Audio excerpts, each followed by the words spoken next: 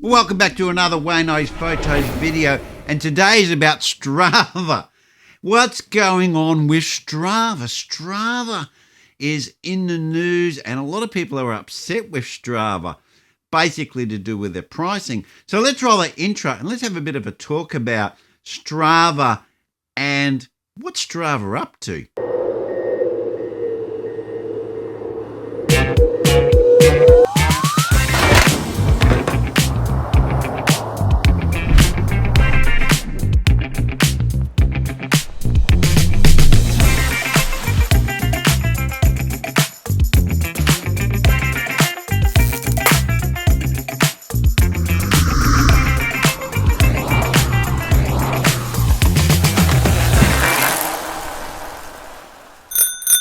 Now, if you've heard of DC Rainmaker, he's a person who does really technical and really in-depth reviews of products, and he does a fantastic job. And I think he's over there living in the Netherlands. I think that's where he lives.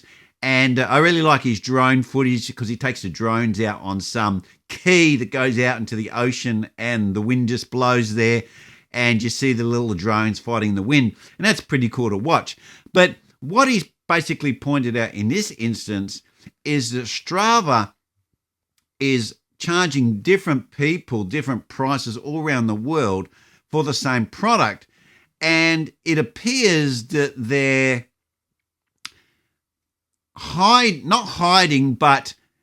not informing people in a general sense. They're only releasing the information through very specific points so people can see that that pricing is different.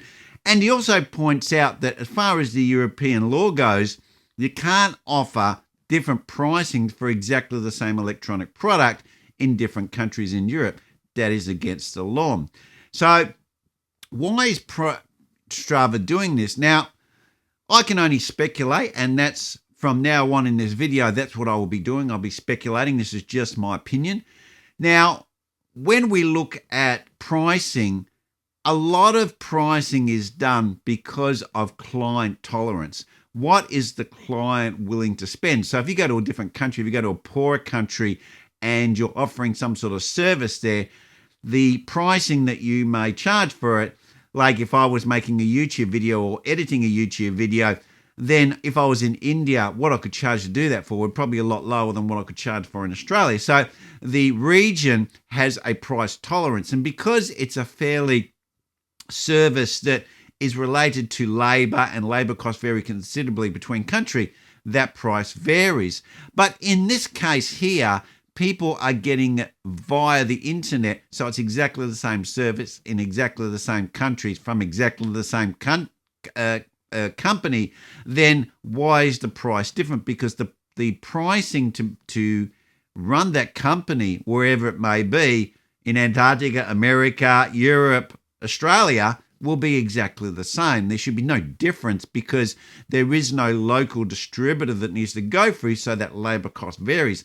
So then why are Strava having these different prices? And it seems that they're doing this a little bit by stealth because they rolled it out only in one country, in England, and put the price up, and then they rolled it out in two other countries, and then certain countries had a different tolerance to that price increase. Now, it just blows my mind here, because why don't they just get their price and go, we're going to increase it by 10%? And everyone, they just say, oh, unfortunately, due to inflation around the world, pressures of labor costs and so forth, we're sorry, guys, but we got to raise our costs 10% or whatever that may be, 7.5% in Australia. I think it's 8.3% inflation. So let's just say 8.3%, and they just raise it, and that's it. And everyone goes, oh, yeah, look, I have to pay more, but everything's going up, so that's fair. But when you have a company and it tries to do these things and does it by stealth, or not stealth, but doesn't announce it openly, this is not something that's been announced in the cycling media, so everyone's aware. It's like Cycling Weekly, Cycling Tips, Ride Advice, GCN, everyone's going, yep, Strava's raising their prices, but we're getting some extra facility that's being offered. which DC Rainmaker mentioned, but we don't know what that is. It's called Fat something or other. I'm not too sure what it is, some extra features. But they're raising their prices, which is the thing, and they're not being completely transparent about it. Now, my view on this is because we're seeing a change in business culture.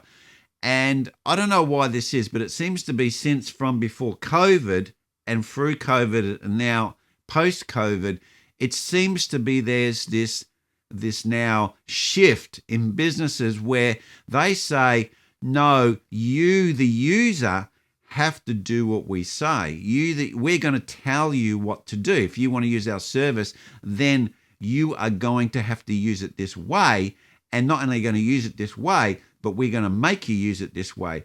And this seems to be a different culture that's coming through. I don't know what's driving this or what's behind it. Maybe there's some other videos that are in a different lane that can talk about that, but that's not what this is about. This is a cycling channel. So how businesses are behaving and what's pushing that change is really for another video and another topic and another channel. But it is something that I've noticed that companies are doing that. And I've just seen that with Microsoft now, the way the gamers are using their machines is Microsoft goes in and is making that machine operate in a specific way because they are saying that they're going to use less energy. Now, gaming machines don't use a lot of power. That's a reality. And limiting that is really going to have a very insignificant effect on the energy use in the world. But this is what companies are doing.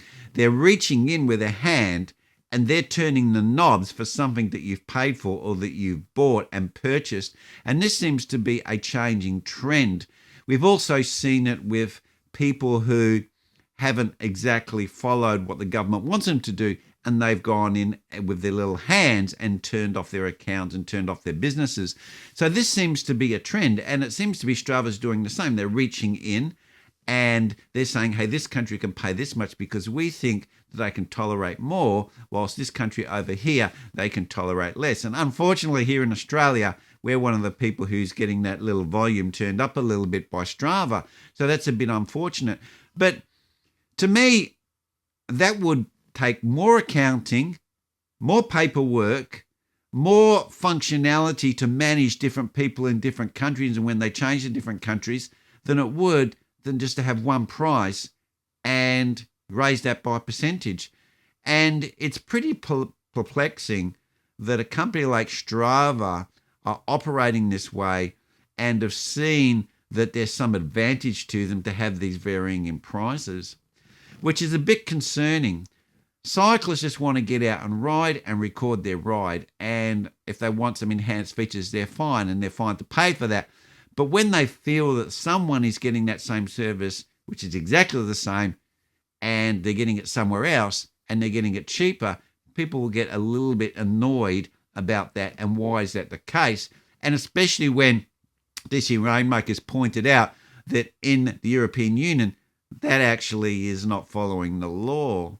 Well, anyway, guys, leave your comments down below. What do you think about this whole Strava story and Strava's tweaking the prices for different users? And let me know how you feel about that down below.